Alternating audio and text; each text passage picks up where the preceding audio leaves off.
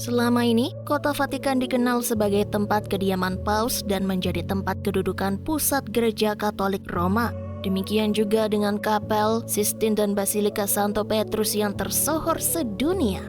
Namun demikian, ternyata ada beberapa hal lain tentang Vatikan yang tidak terlalu sering diketahui orang. Misalnya, tidak ada satupun warga Vatikan yang lahir dalam negara itu. Demikian juga dengan fakta tentang tingkat tertinggi konsumsi wine sedunia, sekaligus tingkat kriminalitas tertinggi per kapita di Vatikan, dan masih banyak lagi. Nah, penasaran kan? Yuk tonton video ini sampai habis. Salah satu persidangan paling aneh dalam sejarah manusia dilakukan di Vatikan. Insiden yang membuktikan betapa eksentrik dan piciknya beberapa tokoh agama di sana. Persidangan itu adalah pengadilan gerejawi yang dilakukan oleh Basilika Santo Yohanes Lateran, dan orang yang diadili bukanlah manusia biasa, adalah Paus Formosus pada tahun 897. Paus Stephen VI yang menjadi paus setelah Formosus mengusulkan persidangan ini adalah periode yang tidak pasti dalam sejarah kota yang panjang dan gemilang. Paus Formosus telah dituduh sumpah palsu, penilaian ilegal untuk kepausan, dan dia juga dituduh memerintah dua tempat pada satu waktu. Tetapi tuduhan ini tidak dibuat ketika dia menjadi paus. Sebenarnya ini terjadi hampir 7 bulan setelah kematiannya atas perintah Paus Stephanus VI. Tak kalah aneh lagi karena tubuh Formosus digali dari makam dan dibawa ke pengadilan kepausan dan disandarkan di singgasana. Karena orang mati tidak dapat berbicara sendiri, seorang ditunjuk untuk melakukannya untuk seperti yang diharapkan Formosus. Dianggap bersalah, tubuhnya dilucuti dari jubah kepausannya dan 3 jari tangan kanan yang digunakan Formosus untuk berkat dipotong oleh Stephanus sendiri. Tindakan penahbisan oleh paus yang mati juga dibatalkan, tubuhnya kemudian dimakamkan kembali di kuburan orang asing. Masih belum memuaskan Stephen, ia kembali menggali tubuhnya dan kemudian dibuang ke sungai Tiber dengan pemberat terikat pada tubuh Formosus. Banyak yang percaya bahwa ini hanyalah balas dendam. Ilmu pengetahuan dan psikologi boleh mengatakan apapun, tetapi Gereja Katolik Roma tetap memiliki pikirannya sendiri. Sebagian besar dari kita tahu tentang pengusiran setan dari film horor seperti The Conjuring. Tetapi sebenarnya itu adalah ritual yang sangat umum dilakukan selama abad pertengahan. Pada saat itu, orang tidak menyadari penyakit kejiwaan, juga tidak memahami konsep kesehatan mental. Tetapi percaya atau tidak, tradisi seperti itu masih hidup di zaman maju ini. Gereja Katolik adalah pendukung dan praktisi pengusiran setan yang terbuka dan teguh. Bahkan hari ini, mantan ayah pengusir setan Gabriel Amort meninggal pada tahun 2016 dan dilaporkan bahwa dia sendiri melakukan sekitar 130.000 pengusiran setan dalam hidupnya pada tahun 2018. BBC melaporkan bahwa kota Vatikan menyambut sekitar 250 pendeta untuk menghadiri sekolah pengusiran setan tahunan. Gereja yang benar-benar berpikir hubungan kerasukan setan telah meningkat secara nyata selama beberapa tahun terakhir, dan Paus Francis sendiri menyarankan orang untuk mencari pengusir setan jika mereka menderita gangguan spiritual. Fatima, kisah sensasional rahasia Fatima, terungkap pada tahun 1970. Ini bukan rahasia lagi karena seluruh dunia tahu tentang mereka. Tetapi Vatikan masih belum banyak bicara tentang penglihatan apokaliptik ini dan nubuat. Rahasia ketiga ini telah menerima perhatian yang jauh lebih besar oleh massa Katolik. Rahasia ini sebenarnya adalah ramalan yang diberkati 3 gembala muda Portugis dan dilaporkan bahwa ini diungkapkan oleh penampakan Maria yang sekarang disebut Bunda Maria dari Fatima Lucia Santos, dan sepupunya Jacinta dan Francisco adalah 3 gembala Portugis muda yang dilaporkan dikunjungi oleh perawan Maria sebanyak 6 kali antara Mei dan Oktober 1970. Di antara mereka, Lucia adalah orang yang mengungkapkan rahasia ini kepada semua orang ketika uskup setempat menasehatinya untuk melakukannya. Orang-orang tidak langsung yakin akan hal ini karena tidak ada bukti. Namun pada Oktober 1917, ketika penampakan Fatima terakhir terjadi, perawan Maria melakukan tarian matahari ini disaksikan oleh semua orang yang hadir, termasuk reporter berita yang menulis banyak artikel tentang peristiwa aneh ini. Di koran anak-anak sebenarnya seharusnya merahasiakan ramalan ini, tetapi setelah hampir 20 tahun, Lucia memutuskan untuk menuliskannya. Dua rahasia pertama, dia masih ragu untuk mengungkapkan. Yang ketiga, tetapi uskup meyakinkannya untuk melakukannya. Rahasia pertama agak seperti penglihatan neraka. Dia kemudian menulis bahwa ketiga anaknya diberkati dengan penglihatan neraka oleh perawan Maria. Mereka melihat jiwa-jiwa yang menderita dan kondisi mereka sangat menyedihkan sehingga mereka kesulitan melihat mereka. Rahasia kedua adalah penglihatan atau lebih seperti firasat tentang Perang Dunia Pertama kepada anak-anak, diperlihatkan bagaimana perang akan berakhir hanya untuk diikuti oleh perang lain. Dan rahasia ketiga adalah yang paling meresahkan dan tidak terungkap dengan dua yang pertama. Sebenarnya Lucia menuliskannya di selembar kertas dan meletakkannya di dalam amplop tertutup. Dia kemudian menginstruksikan bahwa ini tidak boleh dibuka sebelum tahun 1960.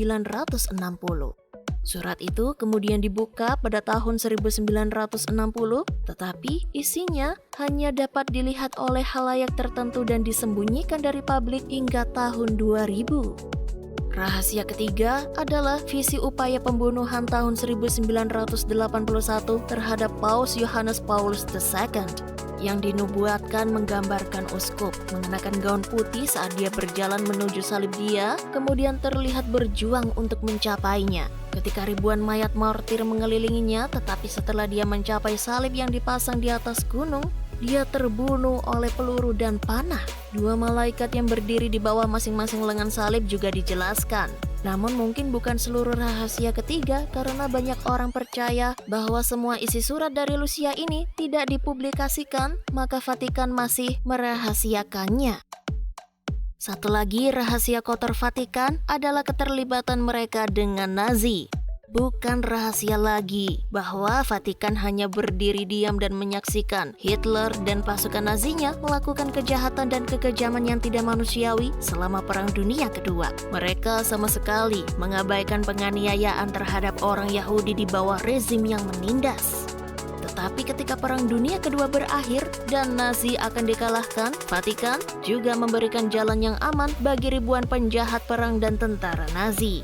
Sistem yang terorganisir, tetapi sebaliknya merupakan semacam kolaborasi di mana banyak institusi mengambil bagian dalam membantu Nazi melarikan diri dan menghindari pertanggungjawaban setelah perang usai.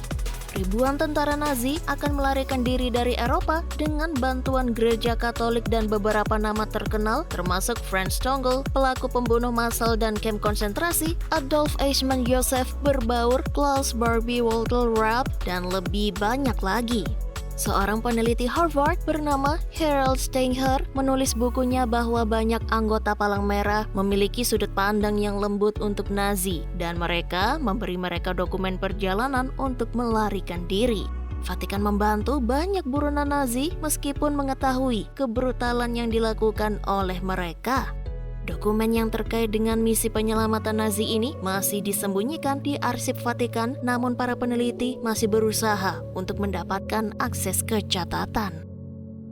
Tahun 2017, Paus Francis membuat berita dengan secara resmi menawarkan permintaan maaf kepada para korban genosida Rwanda. Meskipun berusaha untuk menekan rahasia Vatikan, tidak dapat menghindari pertanggungjawaban untuk ini adalah fakta yang diketahui bahwa banyak anggota gereja Katolik mengambil bagian dalam pembersihan etnis di Rwanda pada tahun 1994.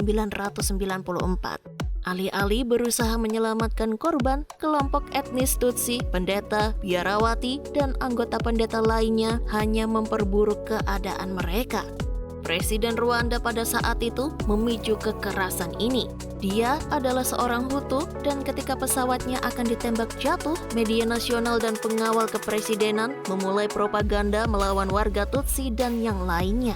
Sama-sama membunuh Tutsi yang malang dan faktanya banyak Hutus terpaksa membunuh teman dan tetangga Tutsi mereka.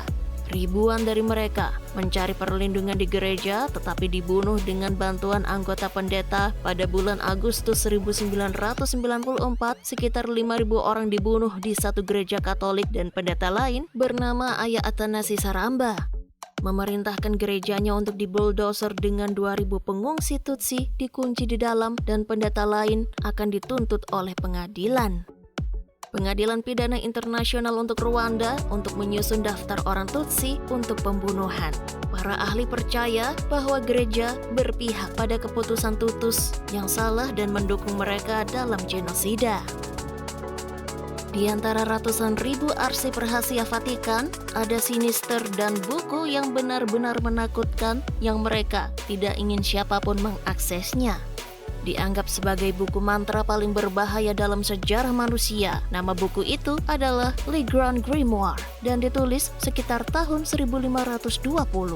Penulis buku yang menakutkan ini adalah sosok apokrif bernama Berat dari Tebas. Banyak yang percaya bahwa pria itu dirasuki setan.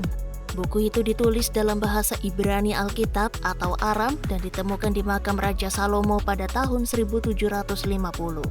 Menurut legenda, buku ini juga disebut The Red Dragon, salah satu buku okultisme yang paling kuat di seluruh dunia. Dan bahkan ada instruksi tentang cara membuat jimat magis, cara untuk menyulap mantra yang akan membuat kalian memenangkan lotre, dan juga banyak cara untuk berkomunikasi dengan roh orang mati dan setan. Tetapi mantra yang paling menakutkan dalam buku bersejarah ini adalah metode untuk memanggil Lucifer. Ada instruksi tentang bagaimana dapat membuat kesepakatan dengannya. Ada banyak salinan buku jahat di luar sana, tetapi para ahli berpikir bahwa ini palsu atau dimodifikasi sehingga mantra di dalamnya tidak berfungsi, tetapi orang percaya berpikir bahkan versi-versi ini memiliki semacam kekuatan dan pengaruh terhadap manuskrip asli namun dimiliki oleh gereja Katolik dan selain mereka tidak ada yang tahu keberadaannya. Penangkapan pembantu utama Paus Benedictus XVI mengguncang Vatikan.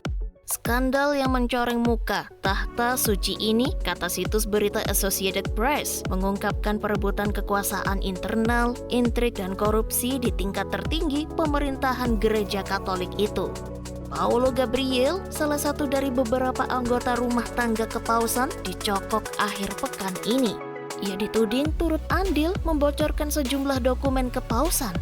Associated Press menyebut pekan ini sebagai pekan paling tegang dalam sejarah Vatikan dan melemparkan tahta suci ke dalam kekacauan setelah desakan untuk menunjukkan kepada dunia bahwa mereka serius mematuhi norma-norma internasional tentang transparansi keuangan. Skandal yang kerap disebut Vetiliax ini mengental awal pekan ini setelah sebuah buku yang beredar pada dokumen Vatikan yang bocor termasuk korespondensi, catatan, dan memo kepada paus dan sekretaris pribadinya.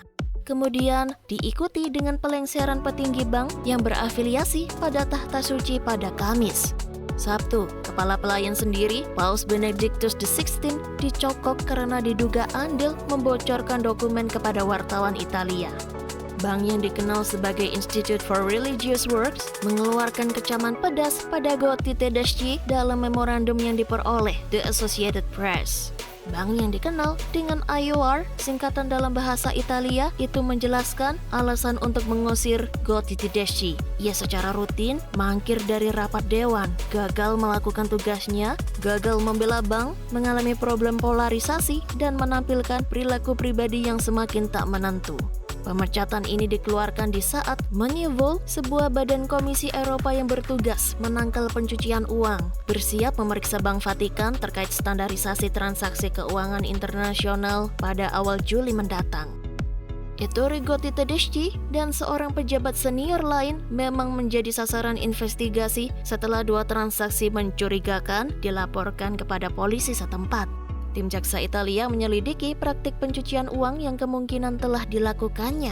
Sejumlah catatan yang bocor awal tahun ini mengungkapkan adanya perbedaan di antara pejabat Vatikan terkait seberapa jauh bisa menjamin transparansi keuangan. IOR dibuat saat Perang Dunia Kedua guna mengelola rekening berbagai ordo Katolik Roma. Gotti Tedeschi belum berkomentar secara terbuka tentang pelengserannya atau alasan di balik itu. Ia hanya menyatakan memiliki kekaguman terlalu banyak bagi Paus. Juru bicara Vatikan, Re Federico Lombardi, mengatakan Gabriel telah bertemu dengan pengacaranya. Lombardi mengatakan penahanan Gabriel menandai perkembangan yang menyedihkan bagi semua staf Vatikan. Semua orang tahu dia di Vatikan dan pasti akan kekagetan dan rasa sakit dan kasih sayang untuk keluarga tercinta, kata juru bicara itu.